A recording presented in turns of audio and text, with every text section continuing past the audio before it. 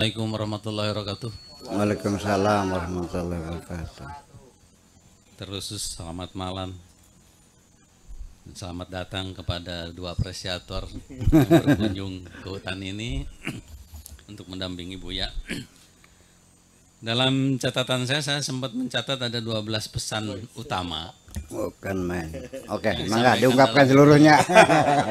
Tapi saya tidak akan ungkapkan semua. Ada dua aja yang saya agak memberi sedikit aksensi atau penekanan. Yang pertama, ketika kita masuk wilayah takdir, adalah kita memasuki wilayah yang kita tidak tahu. Ya. Ini dalam dan berat sekali, Bu ya. Cuma saya ingin dapat penjelasan lebih jauh dari Buya. Kalau bagian wilayah yang kita tahu ada nama lain enggak yang berbalikan dengan takdir itu? Dan dalam hal apa? Dalam teknis-teknis perjalanan kehidupan yang dikisahkan dalam puisi ini, mungkin Buya bisa menjelaskan. Yang kedua, ini simbol keikhlasan, di mana dalam kalimat Irama Cinta Buya itu dikatakan, ketika engkau lupa di mana bibit yang telah ditanam itu, biarlah hujan menunjukkannya. Jadi ini satu keyakinan bahwa kebaikan yang ditanam dimanapun suatu saat akan berkembang menjadi kemaslahatan yang kita tidak mengotak-atik pun barangkali tetap akan memberi manfaat pada orang dan akan ada orang bercerita tentang itu dan akan dibesarkan orang. Nah tentu barangkali pesan tentang keikhlasan ini bagian yang indah disampaikan tetapi sulit untuk kita realisasikan, dan barangkali kiat berkaitan dengan holowat yang kita jalani sekarang ini, di mana sebetulnya titik-titik sentral dan titik-titik kritis untuk membangun keyakinan semacam itu. Itu saja yang ingin saya sampaikan. Assalamualaikum warahmatullahi wabarakatuh. Waalaikumsalam warahmatullahi wabarakatuh. Silahkan Buya untuk menanggapi. Jadi pada dasarnya sengaja Allah menutup dari pandangan mata, pikiran, prediksi kita terhadap apa yang bakal terjadi. Di-cut oleh Allah bahwa kita dibatasi, bahwa besok apa yang kita lakukan, kata Allah, kamu nggak bakal tahu. Dan nanti kamu matinya di mana juga nggak bakal tahu kok. Caranya bagaimana nggak tahu. Apakah mati ketabrak, mati ketembak, mati kebakar, tenggelam, dan kita tidak tahu. Itu sudah komitmen Tuhan untuk membuat kita nyaman sebetulnya. Jadi ketidaktahuan itu supaya kita buat nyaman. Wa ma tadri nafsum madza taksibu ghadan. Tidak ada seorang pun yang tahu apa yang akan dilakukan besok. Wa ma tadri nafsum bi ayyi ardin tamut, dan tidak ada seorang pun yang bisa tahu di mana dia akan mati. Bagaimana cara matinya? Supaya kita nyaman. Kalau seandainya kematian kita diberitahu, mungkin kita akan kehilangan semangat semua. Satu peristiwa yang sering terjadi, seorang dokter mengultimatum pasien. Ibu pulang saja, ini kankernya sudah stadium 4. Paling bertahan juga 3 bulan lagi. Kalau dirawat percuma, buang-buang duit saja. Begitu pulang, lihat wajahnya pucat semuanya. Ini baru dokter memprediksi, belum pasti lah. Baru prediksi saja 3 bulan lagi dia sudah pucat. Dulu yang dia merasa senang pakai gelang, nggak ada rasa senangnya.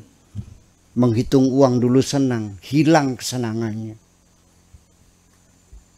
Melihat suami yang dulu sangat menggairahkan, hilang kegairahannya. Nggak tahu perasaan dia kemana. Jadi jangan dikira kita tahu apa yang terjadi itu akan menjadi nyaman, tidak. Terkecuali itu pun tidak untuk seluruh umat manusia. Wallahu yakhtassu bi rahmatihi may yasha. Allah akan memberikan rahmatnya kepada orang-orang tertentu yang dikehendaki Allah.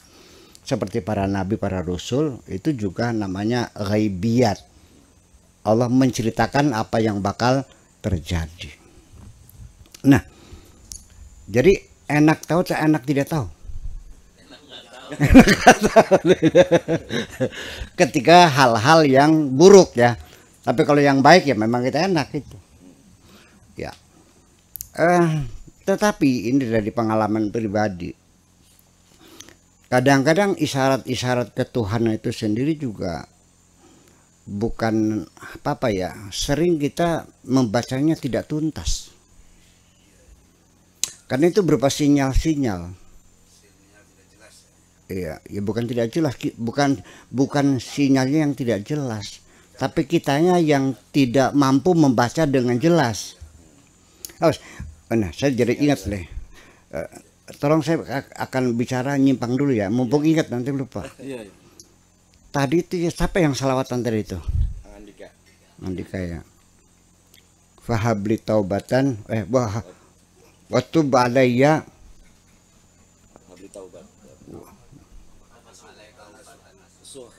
Waktu balayya taubatan nasuha.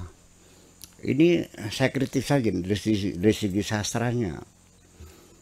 Taubatan nasuha itu persyaratan yang harus dipenuhi bagi orang yang meminta taubat kepada Allah. Syaratnya harus taubatan nasuha. Ya kan gitu. Adapun Allah memberikan pertobatan, tidak dipersyaratkan Allah taubatan nasuha.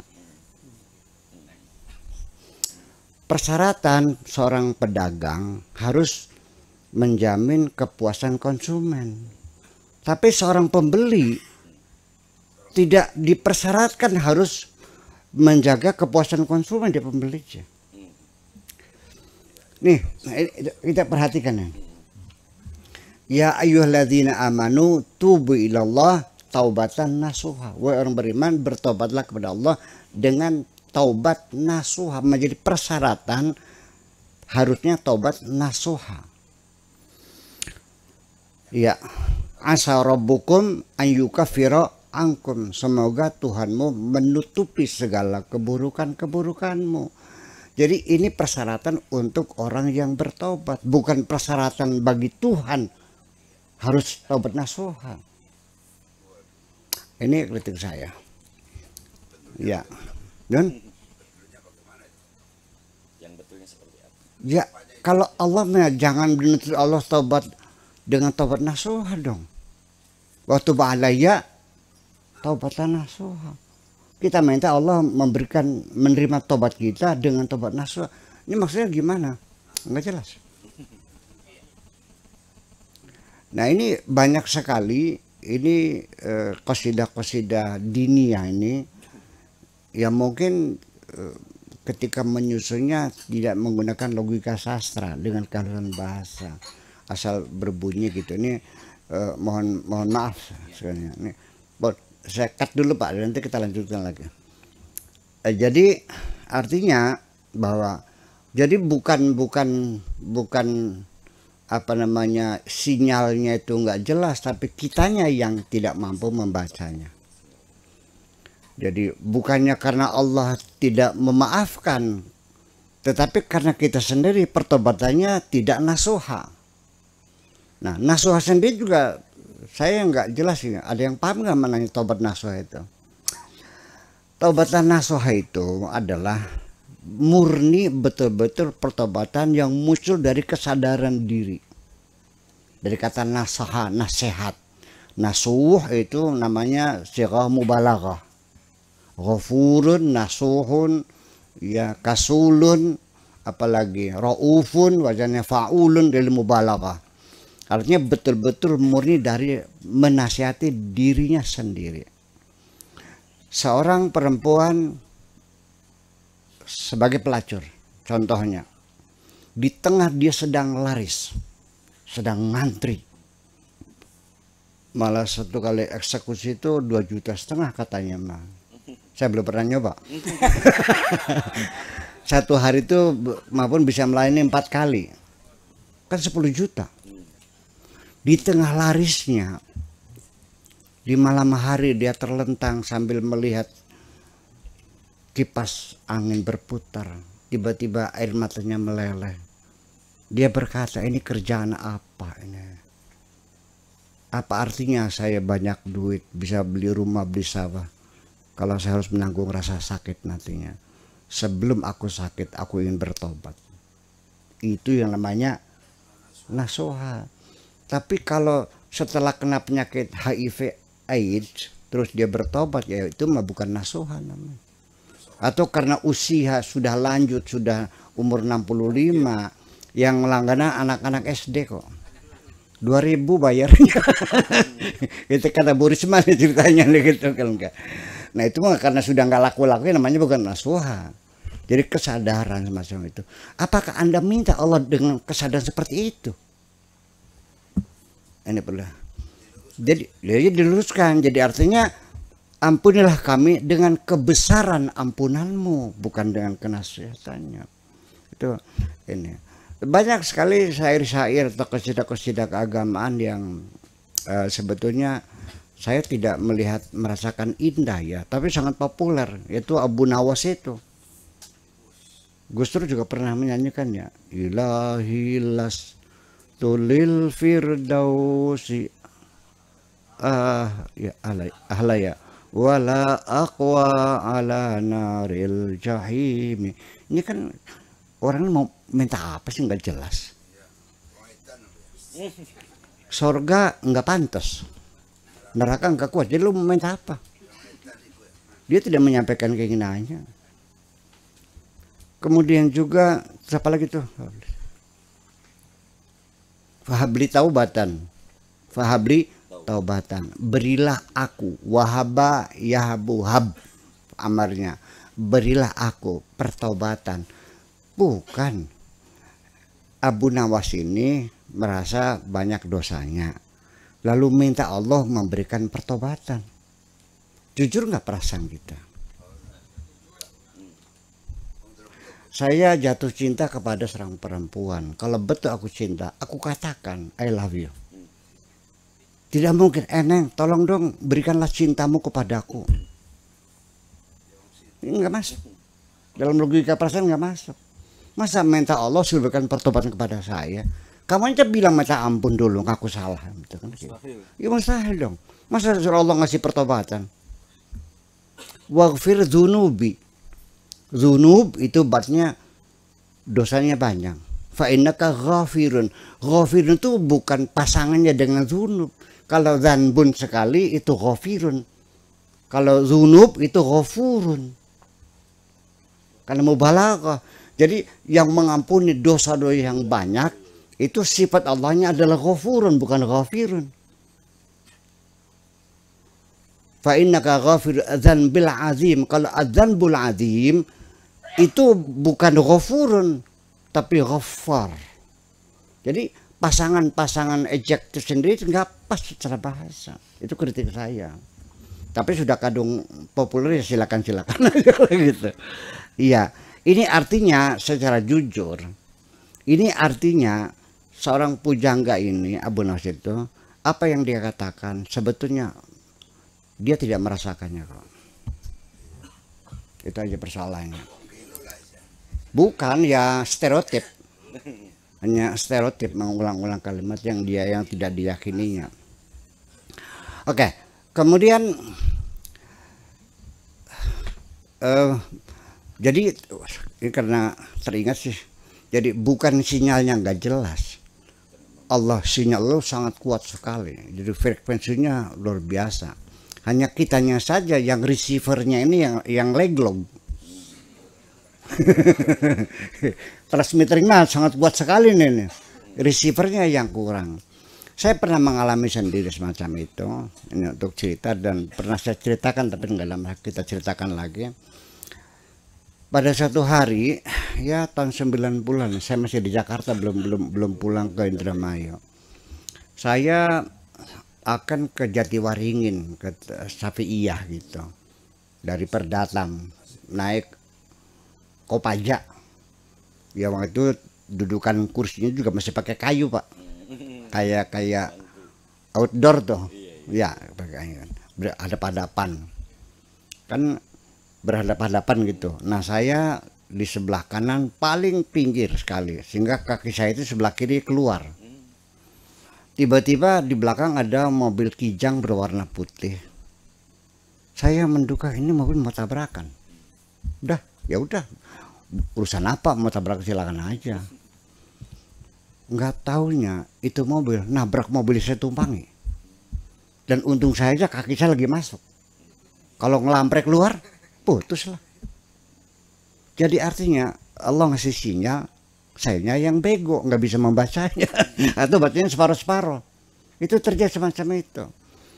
Nah, walhasil tetapi kemampuan orang memprediksi atau tebak-tebakan itu Kanjeng Nabi sudah memperingatkan, iya kawan nuju. Laqad kadzibal munajjimuna walau kanu shadaqu. Tukang ramal itu bohong sekalipun kenyataannya iya. Itu hanya kebetulan aja kok. Jadi sebaiknya kita nggak usah ngeramal-ramal lah.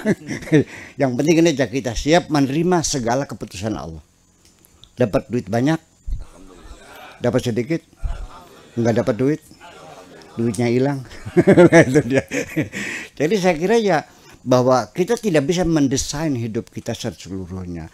Kalaupun apa yang kita cita-citakan itu terjadi, itu secara kebetulan yang kita inginkan sama dengan apa yang Allah inginkan. Anta turid wa ana urid wallahu fa'alul lima yurid. Sira dua karep, kita dua karep, Gusti Allah karepe dewek. Saya kira persoalan wilayah masa depan kita kan apa namanya incognito ya, gelap gulita, kita tidak tahu apa yang terjadi. Besok kita mau apa kita nggak tahu. Makanya tidak boleh kita memastikan wala taqul inni fa'ilun dzalika ghadan. Jangan mengatakan aku pasti lakukan. Bal qulu insyaallah, semuanya katakanlah semoga Allah mengizinkan. Saya kira seperti itu aja. Sebab kalau tidak kita menjadi sulit. Bahwa sebaiknya, saya ulang lagi, baiknya tahu atau tidak tahu apa yang terjadi. Nah, berbeda prediksi-prediksi, ramalan-ramalan itu kalau didukung oleh ilmu pengetahuan sains itu namanya bukan ramalan, tapi namanya prediksi namanya. Tapi ramalan cuaca juga ya. Ya oke dengan ya ramalan gitu. Kalau itu mah bukan peramal tuh mah, karena dia baca dari apa namanya suasana alam semesta di mana mendung bergerak kecepatan berapa, ketebalan mendungnya kan ada perhitungan posisi matahari di sebelah mana, lintang utara, lintang selatan, itu kan diprediksi. Itu pun juga seringnya tidak cocok kan. Diduga besok hujan lebat ternyata nggak hujan kan. Nah, itu juga semacam itu. Itu namanya bukan tukang tenung, bukan tukang ramal gitu. Itu meramal ilmiah semacam itu. Ya, kemudian juga COVID juga sama. Ini bukan ramalan, itu adalah perhitungan saintis, dihitung semuanya itu.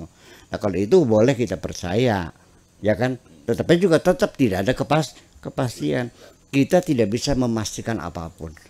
Oleh karena itu, supaya kita jangan gundah hati kita, ya sudahlah, serahkan saja pada Allah supaya hidup kita nyaman. Terserah Allah apapun, kita siap menerima dengan dalil wa qalu sami'na wa ata'na ghufranaka rabbana wa ilaikal masir. Artinya sami'na, siap kami terima segala putusanmu. Wa ata'na, dan siap kami jalani segala keputusanmu.